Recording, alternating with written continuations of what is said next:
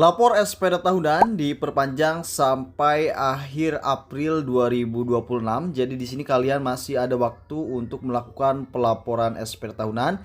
Di kesempatan kali ini saya akan memberikan informasi terkait dengan tutorial pelaporan SPT tahunan secara lengkap. Yang pertama yaitu terkait dengan aktivasi akun Kortek bagi kalian yang memang belum memiliki akun Kortek. Kedua, yaitu terkait dengan pembuatan tanda tangan digital untuk nantinya dipakai ketika kalian lapor SPT tahunan. Yang ketiga yaitu pelaporan SPT tahunan. Di sini kalian bisa cek jika kalian sudah melakukan aktivasi, kalian bisa langsung ke video selanjutnya terkait dengan pembuatan tanda tangan digital. Atau jika kalian sudah memiliki tanda tangan digital, kalian langsung saja masuk ke tutorial pelaporan SPT tahunan. Di sini silakan kalian sesuaikan dengan kebutuhan teman-teman. Kalian bisa klik pada bagian menit di kolom komentar ya. Nanti akan saya sematkan terkait dengan 3 tutorial yang harus dilakukan ketika kalian ingin melakukan pelaporan SPT tahunan. Namun sebelumnya saya sarankan kalian meninggalkan jejak dengan komentar hadir dan pastinya kalian wajib subscribe channel ini. Oke, langsung saja kita masuk ke tutorial pelaporan SPT tahunan, pembuatan tanda tangan digital, dan aktivasi akun Kortek. Langkah yang pertama, silakan kalian untuk masuk ke Google, kemudian ketikkan pencarian Kortek Login ya teman-teman. Kemudian silakan kalian untuk klik pada bagian Kortek DJP, kemudian nanti akan muncul tampilan seperti ini. Di sini artinya kita sudah masuk di website Kortek. Baik teman-teman, di sini kita masuk ke tutorial yang pertama yaitu terkait dengan aktivasi akun wajib pajak sehingga nantinya kita bisa akses ke situs Kortek. Bagi kalian yang memang sudah akses ke situs Kortek, kalian bisa melanjutkan ke tutorial yang kedua yaitu terkait dengan cara membuat tanda tangan digital. Oke, bagi kalian yang belum memiliki akun Kortek, silakan kalian untuk aktivasi akun Kortek terlebih dahulu. Silakan kalian klik pada bagian aktivasi akun wajib pajak. Aktivasi akun wajib pajak atau permintaan akses digital. Kanal di sini daring, kemudian untuk tanggal permohonan akan disesuaikan. Selanjutnya ada pertanyaan apakah wajib pajak sudah terdaftar. Pada bagian ini silakan kalian untuk klik sudah terdaftar. Kemudian pada bagian ini NIK atau NPWP silakan kalian untuk masukkan nomor NIK KTP kalian ya. Jika sudah silakan kalian untuk klik cari. Nanti untuk nama akan otomatis muncul pada nama wajib pajak. Kemudian selanjutnya yaitu silakan kalian untuk verifikasi identitas ya teman-teman. Silakan kalian untuk ambil foto. Kemudian silakan izinkan saat mengunjungi situs, silakan kalian untuk selfie saja teman-teman. Jika sudah silakan kalian untuk validasi foto. Oke, validasi di sini sudah berhasil. Selanjutnya kita masuk pada detail kontak ya. Pada bagian ini di sini kita diharuskan mengisi email kemudian nomor telepon. Untuk email dan nomor telepon pastikan yang sudah terdaftar di pajak sebelumnya. Pastikan untuk email dan nomor handphone centang hijau seperti ini, artinya kalian masukkan email yang terdaftar. Selanjutnya bagaimana jika emailnya silang? Kalian bisa untuk coba verifikasi dulu. Namun jika tidak sesuai nanti kalian tidak bisa melanjutkan pada tahap aktivasi ini ya teman-teman. Jadi ini harus email yang sesuai yang terdaftar di DJP. Selanjutnya jika sudah silakan kalian untuk klik pada bagian pernyataan. Kemudian silakan kalian untuk klik simpan. Baik teman-teman, jika kembali ke tampilan seperti ini artinya kalian sudah berhasil melakukan aktivasi akun Kortek. Pada bagian ini cara cepatnya kalian bisa kembali ya teman-teman. Jadi silakan kalian untuk klik pada bagian lupa kata sandi.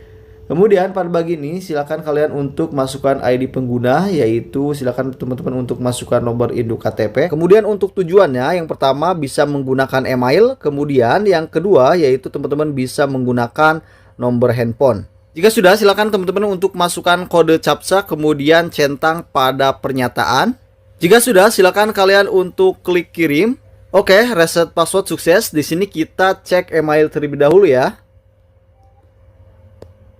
Baik teman-teman, dan di sini untuk emailnya sudah muncul dari Direktorat Jenderal Pajak. Ini pengaturan ulang kata sandi.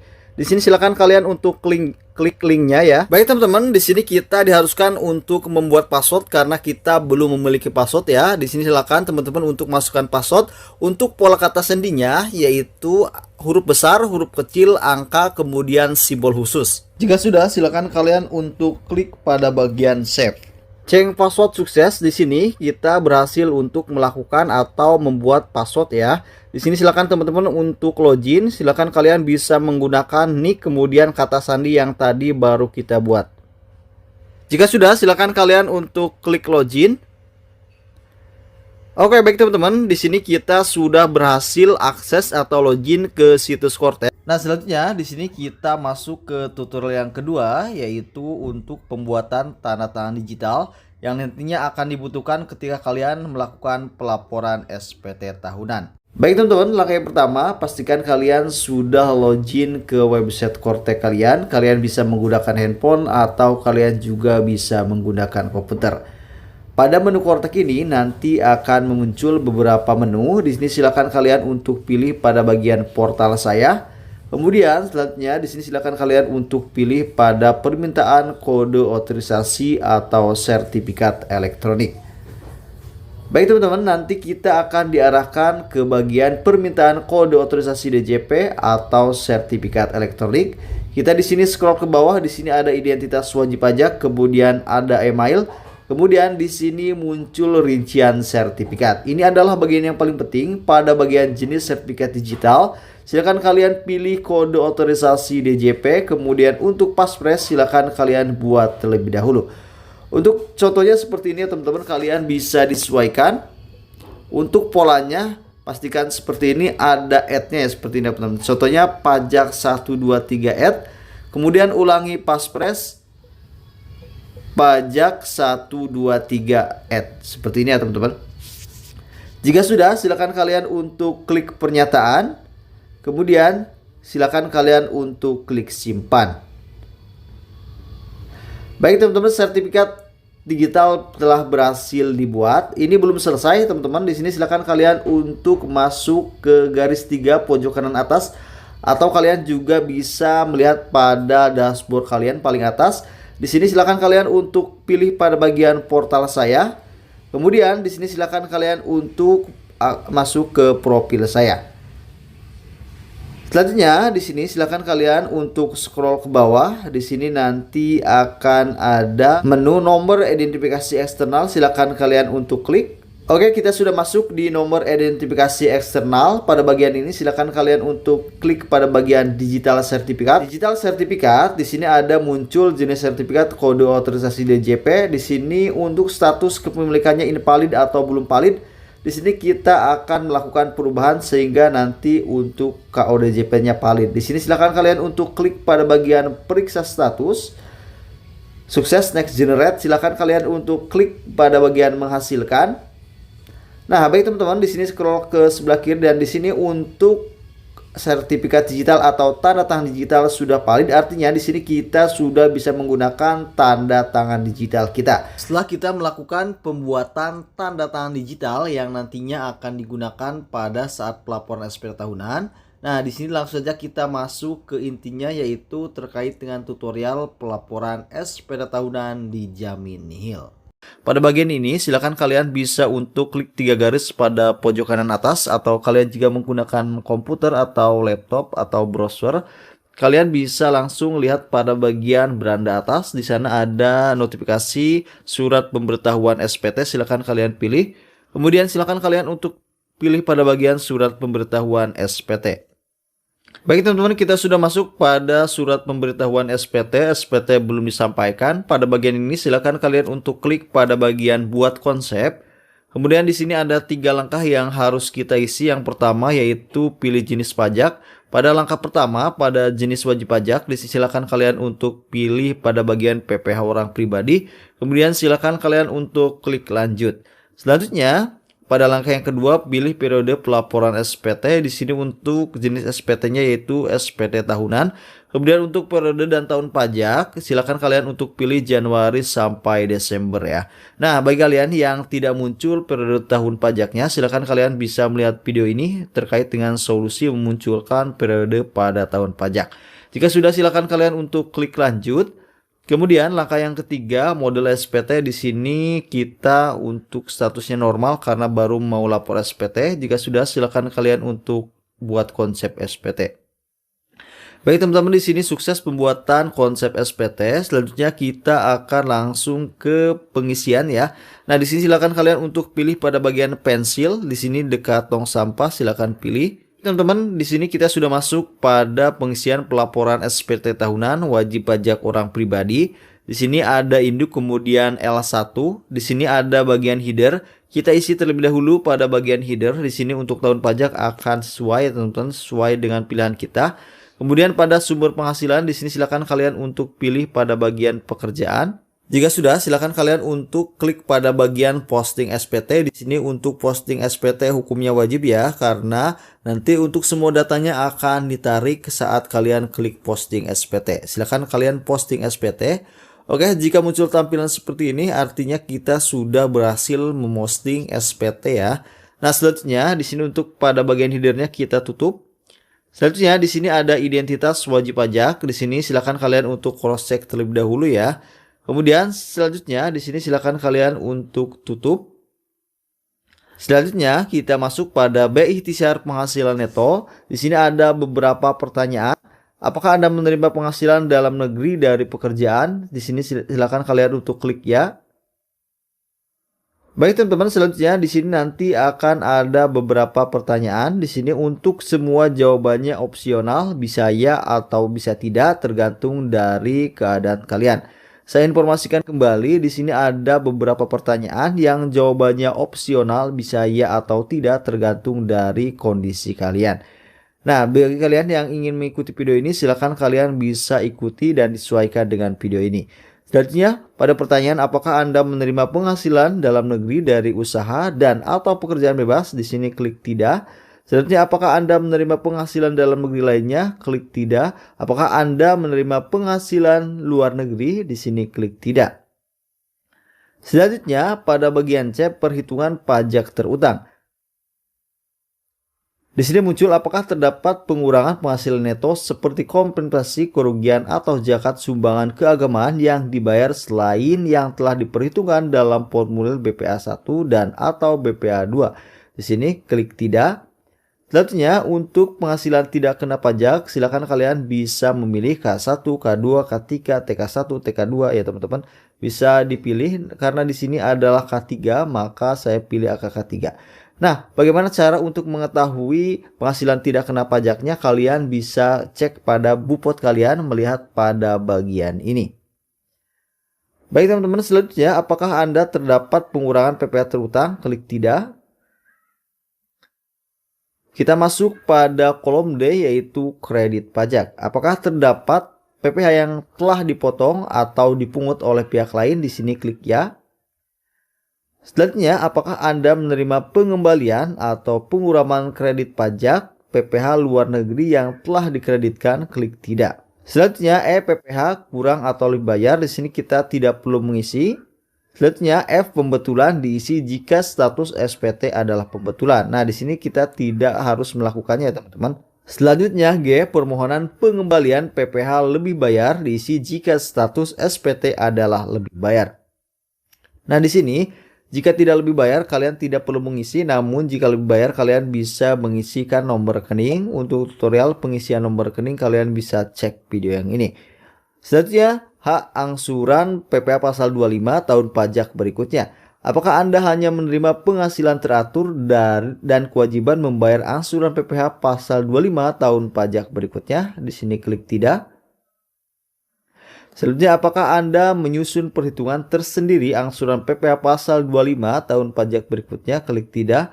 Apakah Anda membayar angsuran PPh pasal 25 OPPT tahun pajak berikutnya? Klik tidak.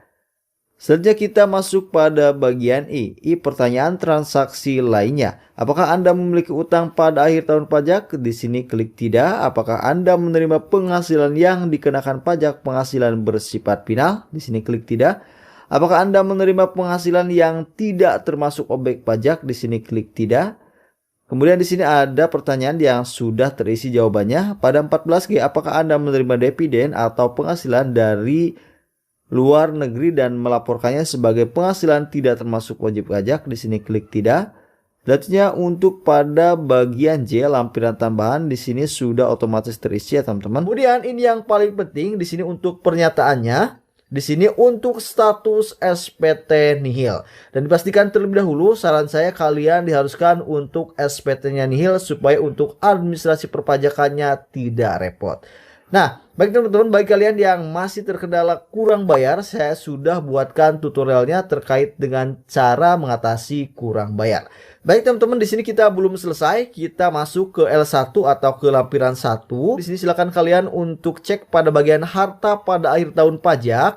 Nah, di sini ada 6 kolom atau 6 poin yang harus diisi pada bagian A. Di sini ada kas dan setara kas, kemudian piutang, kemudian investasi sekuritas, harta bergerak, harta tidak bergerak, kemudian harta lainnya. Pada bagian kolom A ini, di sini kalian diharuskan minimal mengisi salah satu dari ke-6 poin ini ya. Jadi di sini diharuskan diisi terkait dengan harta pada akhir tahun pajak. Jika ada semuanya, silakan kalian bisa isi semuanya. Nah, di sini saya hanya akan menambahkan satu kolom pada bagian A ini. Jadi saya akan pilih pada bagian harta lainnya. Oke teman-teman, silakan kalian untuk klik pada bagian tambah, kemudian untuk deskripsi silakan kalian bisa dipilih. Misalkan pada akhir tahun saya membeli peralatan elektronik teman-teman, misalkan tahun peroleh tahun 2025. Kemudian untuk biaya perolehannya misalkan saya membeli barang sekitar 2 juta rupiah. Kemudian nilai saat ini bisa berkurang ya teman-teman atau bisa sama. Di sini saya akan samakan terlebih dahulu 2 juta. Kemudian untuk bukti kepemilikan nomor akun, di sini kalian bisa untuk menautkan akun atau kalian juga bisa menaruhkan invoice ya. Nah, di sini saya tidak perlu, jadi di strip saja. Kemudian selanjutnya informasi tambahan, misalkan pada tahun tersebut saya beli mesin cuci dengan harga 2 juta, supaya seperti itu, mesin cuci. Kemudian untuk keterangannya di sini harta PPS, kemudian klik simpan. Nah, di sini otomatis untuk hartanya akan langsung muncul di sini. Dan silakan kalian untuk scroll ke bawah ya teman-teman. Nah, di sini untuk penghasilan neto dalam negeri dalam pekerjaan di sini sudah muncul. Bisa dicek terlebih dahulu terkait dengan penghasilan bruto, penghasilan biaya, penghasilan neto apakah sudah sesuai atau belum. Kemudian bagaimana jika tidak otomatis muncul? Kalian bisa klik pada bagian tambah. Kemudian untuk nomor identitas pemberi kerja silakan kalian input pada bagian ini, nanti untuk nama pemberi kerja akan otomatis muncul. Kerja untuk penghasilan bruto silakan kalian bisa melihat pada bagian ini, silakan kalian untuk copy paste saja. Kemudian untuk pengurangan penghasilan bruto nanti silakan kalian bisa cek pada bagian ini, kemudian di copy paste, di input pada bagian bruto. Nanti untuk penghasilan neto akan secara otomatis terisi ya teman-teman. Nah, selanjutnya pada bagian E di sini untuk daftar bukti potong. Jika tidak muncul pada daftar bukti potong, silakan kalian bisa menambahkan sendiri. Untuk caranya silakan kalian untuk klik tambah, kemudian untuk pada bagian NPWP pemotong atau pungut PPh, kalian bisa melihat pada bagian ini. Nanti silakan kalian klik tab atau enter untuk namanya nanti akan muncul ya teman-teman. Selanjutnya untuk nomor bukti potong kalian bisa melihat pada bagian ini, silakan kalian untuk salin kemudian kalian tempelkan pada nomor bukti potong. Untuk tanggal bukti potong kalian bisa mengecek pada bagian ini, silakan kalian disesuaikan dengan bukti potong yang kalian miliki. Kemudian untuk pilih jenis wajib pajak di sini silakan kalian pilih pasal 21 ya teman-teman.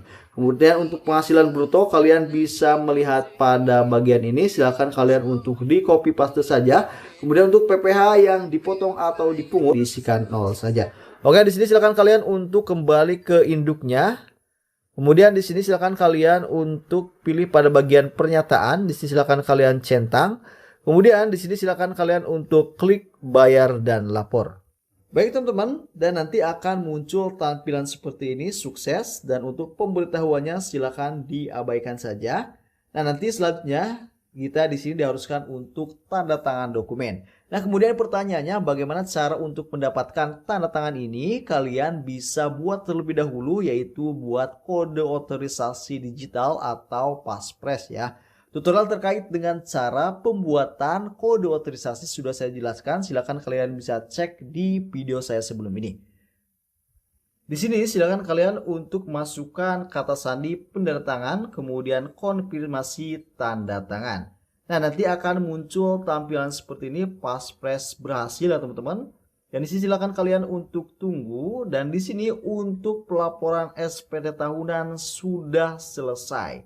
Di sini pelaporan SPT tahunan kita sudah berhasil. Di sini kalian bisa cek ya Januari sampai Desember 2025. Di sini untuk model SPT-nya normal atau nihil ya teman-teman.